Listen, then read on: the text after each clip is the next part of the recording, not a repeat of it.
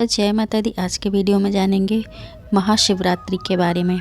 मार्च में कौन सी डेट को ये शिवरात्रि पड़ेगी और इस दिन यदि आप व्रत रखते हो तो इस दिन आपको व्रत कैसे करना चाहिए और इस दिन किस मंत्र का आपको जाप करना चाहिए। साथ ही महाशिवरात्रि में 8 पहर का पूजा होता है, तो आपको 8 पहर का पूजन कैसा करना चाहिए। यदि आप 8 पहर पूजन नहीं कर सकते हैं तो आपको 4 पहर का पूजन करना चाहिए, तो वो आप कैसे कर सकते हैं।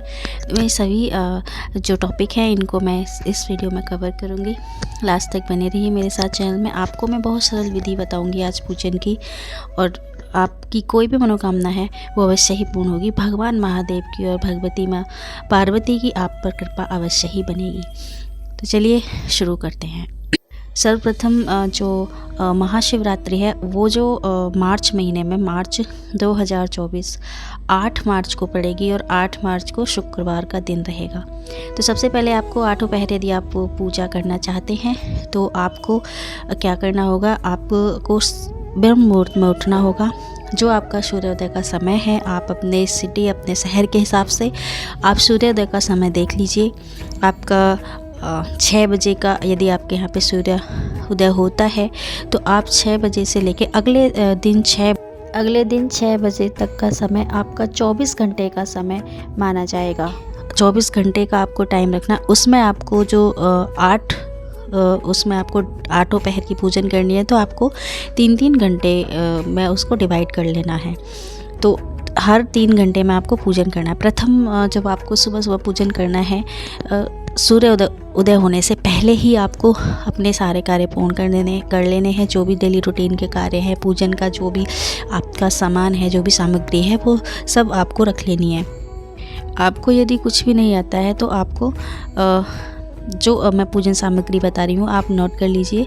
कुछ खास नहीं है, बहुत सिंपल से। आपके यहाँ पे यदि मंदिर में यदि आप जाके ये पूजन करते हैं 8 पहर का या 4 पहर का, तो इसका जो फल है आपको अति उत्तम मिलेगा। यदि आप मंदिर में नहीं जा सकते तो आप अपने घर पर भी ये पूजा कर सकते हैं। आपके घर में शिवलिंग है तो आप नर्मदेश्वर शिवलिंग या पारस शिवलिंग, जो भी शिवलिंग है आपके घर में, भगवान शिव परिवार की फ़ोटो है तो आप उस पर भी ये पूजन कर सकते हैं। आपको क्या करना है, सर्वप्रथम भगवान भोलेनाथ का आपको अभिषेक करना है।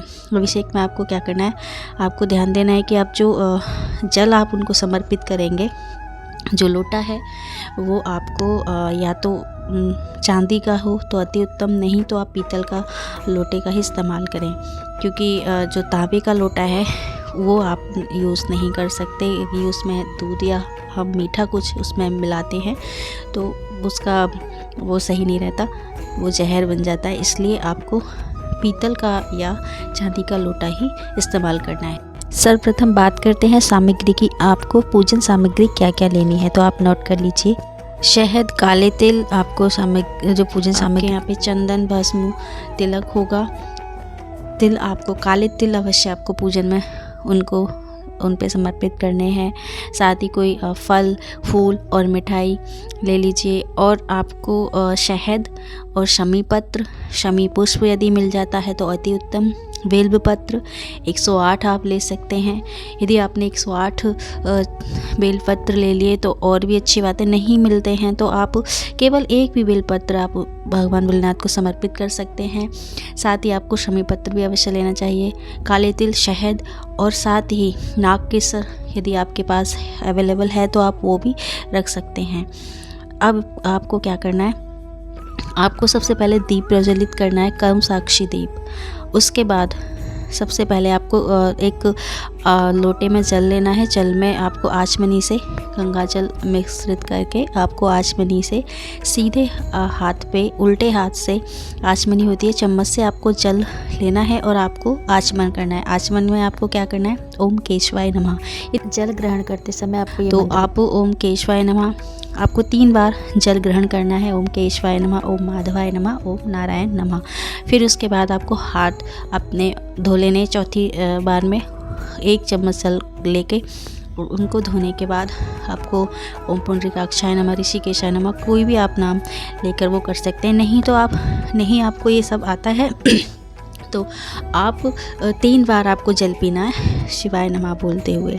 उसके बाद आपके जो भी गुरु हैं उनका आपको स्मरण करना है। गुरु नहीं है आपके, आप जिन्हें गुरु मानते हैं उनका स्मरण कीजिए। फिर आप गणपति बप्पा का स्मरण कीजिए। उसके बाद भगवान गौरी गणेश।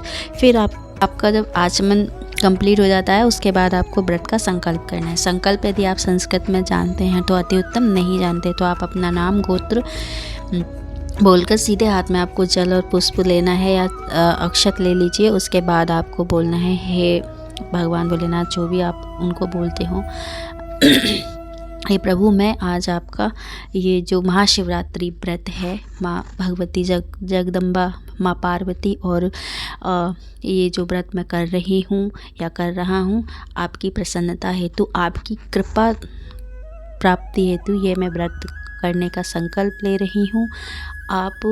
मैं यथाशक्ति इस दौरान जो भी मुझसे मैं मंत्र जाप कर सकती हूँ वो मैं करूँगी। आप मुझ पर अपनी कृपा दृष्टि बनाने की कृपा करें।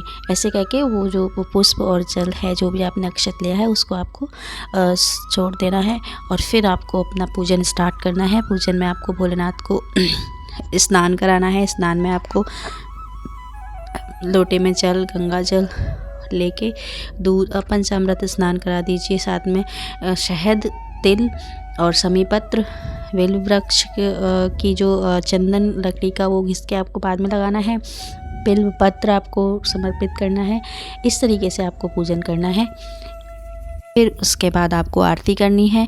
वैसे ही दोहराते हुए आपको 8 पहर की पूजन करनी है। उसके बाद आपको वहाँ बैठकर, देखिए, जब आप पूजन कर रहे हैं, आरती करने से पहले आपको क्या करना है, आपने मंत्र जाप करना है। मंत्र जाप आप जो भोलेनाथ का करते आ रहे हैं, भगवान शिव का, तो वो मंत्र जाप कर लीजिए या फिर आप पंचाक्षरी मंत्र जाप कर लीजिए। माँ दुर्गा का यदि आप कोई पहले से मंत्र जाप करते आ रहे हैं तो वो भी आप जाप कर सकते हैं। भगवान भोलेनाथ का जो पंचाक्षरी मंत्र है उसकी आप 5 माला कर लीजिए, 7 माला कर लीजिए, 11 कर लीजिए, 21 कर लीजिए। साथ में आप माँ भगवती, पार्वती, माँ जगदम्बा, जो भी जिनका भी आप मंत्र जाप कर रहे हैं उनकी भी आप 5 माला, 11 माला, आपकी जितनी आपकी सामर्थ्य है यथाशक्ति आप जाप कर सकते हैं। इसके बाद आपको भगवान भोलेनाथ की आरती करनी है। आरती करने के बाद आप माला से जाप नहीं कर सकते, कोई दिक्कत नहीं है, आप आधा घंटा बैठ के भी जाप कर सकते हैं। आपकी जितनी सामर्थ्य है उस हिसाब से आप जाप कर सकते हैं। साथ ही आप जब आरती करेंगे, आरती में आपको पंचमुखी दिया प्रज्वलित करना है। उसके बाद आपको 3 पहर की आरती करनी है। आरती में आप पंचमुखी दिया के साथ आपको कपूर भी प्रज्वलित करनी है। आप आरती गाकर भी कर सकते हैं। यदि आपको आरती करना नहीं आता है तो आप सिर्फ 5 बार आप भगवान भोलेनाथ को आरती दिखा सकते हैं। इसी प्रकार आपको अपने 8 पहर का पूजन करना है। 3 घंटे बाद आपको यह प्रोसेस दोहराना है। आपको ये हर 3 घंटे में यही सेम प्रोसेस दोहराना है। भगवान भोलेनाथ को अभिषेक करना है, उनका श्रृंगार करना है, आरती दिखानी है। फिर से उनका श्रृंगार जब आप पूजन करेंगे, वो श्रृंगार हटा के दूसरा आपको श्रृंगार और पूजन करना है। अब बात करते हैं, यदि आप 8 पहर का पूजन नहीं कर सकते तो आप 4 पहर का पूजन कैसे कर सकते हैं। देखिए, इसके लिए आपको क्या करना है, आपको सुबह जब आप भोर में पूजन करेंगे, ब्रह्म मुहूर्त में, एक समय तो आप वो पूजन कर लीजिए, सेम जो मैंने प्रोसेस बता दिया है वही आप कर लीजिए। साथ ही आप जब शाम को पूजन करेंगे, आपको शाम को अवश्य गोधूली वेला में आपको पूजन करना चाहिए, वही मंत्र जाप, सेम प्रोसेस। फिर उसके बाद आपको जो निषिद्ध काल होता है शिवरात्रि में, जो विशेष जो मंत्रों के लिए और पूजन के लिए जो सिद्ध काल माना गया है वो है निषिद्ध काल। निषिद्ध काल का समय होता है रात्रि में, रात्रि 11:30 से लेके 1-1:30 बजे तक का ये समय होता है। 1-1.5 घंटे का, 11:30 से शुरू हो जाता है और 12, 12:30, 1 बजे तक ये रहता है। आप इस समय में जितना ज़्यादा मंत्र जाप कर सकते हैं, जितनी माला आप ज़्यादा से ज़्यादा जाप कर सकते हैं, और आप सेम प्रोसेस जब करेंगे आपको इसके अद्भुत लाभ प्राप्त होने वाले हैं। साथ ही जब आप यह पूजन करते हैं, निषिद्ध काल वाला पूजन आपको नहीं छोड़ना चाहिए। और इसके बाद आपको जब अगले दिन आप पूजन करते हैं, निषिद्ध काल के समय जब आप पूजन करेंगे, पहली चीज़ आपको 13 दीपक आपको अवश्य प्रज्वलित करने चाहिए। घी के दिया आपको भगवान भोलेनाथ को दीपदान करने चाहिए। इसमें आपको क्या करना है, जब आप 1.25 घंटे का, 1-1.5 घंटे, 1.25 घंटे का जब आप जाप करेंगे निषिद्ध काल में, आप जो 13 दीप करेंगे उसमें आपको जो बाती है घी की, जो आप उसकी लौ आपको इतना ज़्यादा ऊंचा रखना है कि वो भोलेनाथ के मस्तक पे आपके दियों का जो प्रकाश है वो पड़ता रहे।